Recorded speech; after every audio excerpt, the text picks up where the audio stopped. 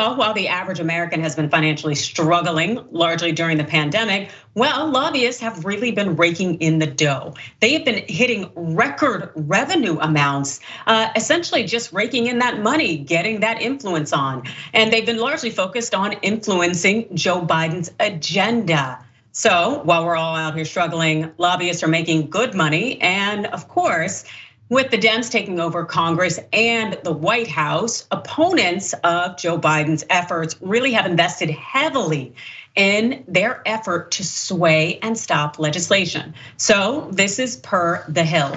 The nation's largest companies and their role and their trade associations turned to lobbying firms with close ties to congressional leaders and administration officials to fight Democratic proposals to reshape key industries and crack down on corporate consolidation. And when we talk about the increased earnings here when it comes to 2021, we're not just talking about small amounts of just maybe a few million or not. No, Holland and Knight, a very big law firm that has a lobbying arm, it brought in 34.9 million last year. That's a whopping 24% increase over 2020.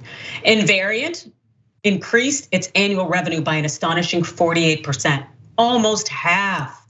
They increased that to 31.2 million.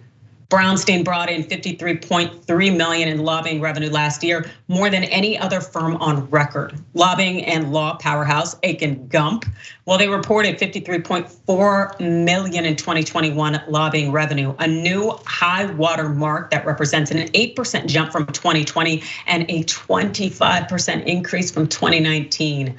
And these financial investments in stopping Democratic efforts, well, they've proved to be very, very worthwhile for the party.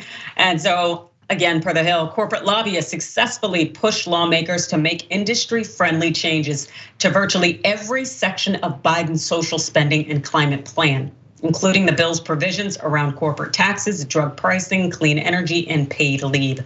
Democrats' razor-thin majorities in Congress made it easier for lobbyists to influence the bill.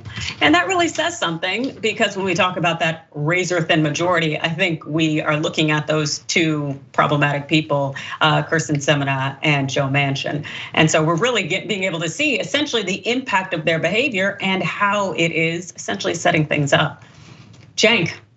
Yeah, so this is a great story, and credit to The Hill for actually talking about lobbying. We'll get back to the media at the end, the rest of the media. But guys, think about this. This is the perfect storm. That's why they made so much money.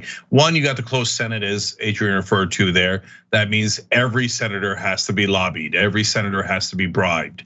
And yes, there, of course, lobbyists don't give out money and goodies to politicians for the general welfare. Only someone as foolish as a mainstream media reporter would think that. So the rest of us know why they're bribing them to get whatever they want, which then leads us to the two other reasons why this is a perfect storm. One, the Democrats were promising to give out goodies. The infrastructure bill is laden with corporate pork.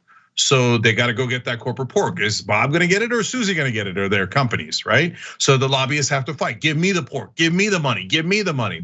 Pass more in the infrastructure bill. Oh, paid family leave, that's going to hurt our corporations. No, we fight against paid family leave. We fight against climate change legislation because of the oil companies, et cetera. But that leads us to the dirty secret that nobody ever talks about. The lobbying money goes up when Democrats are in charge because they threaten to do something good.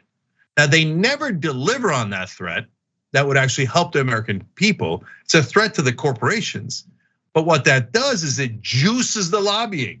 So the corporations are forced to take that threat seriously and go bribe Democratic politicians more. So we all think, oh my God, Biden and the Democrats have been spectacular failures. They couldn't pass Build Back Better or voting rights or really any part of their agenda. But for Democratic politicians, it was payday and it was already mission accomplished. Yeah, I mean, I agree. This is such an important story, but also very depressing. It makes me so sad because you have to ask, like, who is really running our government? And when you have it laid out like this, the fact that Sinema and Manchin, they got more money from lobbyists than anybody else in the Senate, like it makes it very clear that they are being rewarded for obstruction. And I I think there was a time in my life where I'd always be like, oh, go out and vote blue, all of that.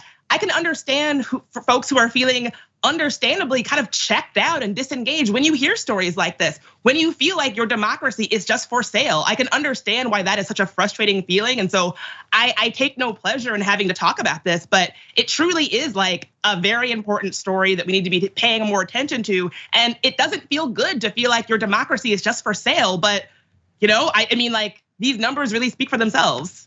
Yeah, they do. And as someone who used to work at big law and has friends who are lobbyists, like, you get to see it, raking in money hand over fist, just essentially creating avenues and ways in which to continue, unfortunately, to hold back our nation because it is essentially controlled by corporations. And it really just speaks to our capitalistic system. And as you noted, Bridget, it's unfortunate when we look at the reality of that. We don't really have a democracy at all. And if we do, it has an ATM attached to it. And it's utterly disappointing. Cenk? Yeah, to Bridget's point, number one, now when I talk to black faith leaders, they're like, yeah, no, we used to encourage people to vote against Republicans just because they want to take our rights away. But now, I mean, it's impossible to get excited about the Democratic Party. It's impossible. And they just keep saying, no, you should vote harder. Like, there's a collective shut up from Democratic voters. And then the second thing here, guys, is, again, to Bridget's point, think about it.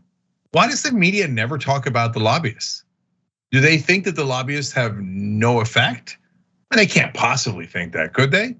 Then when they're talking about the filibuster at large, here I'm giving the Hill a lot of credit for this really good story.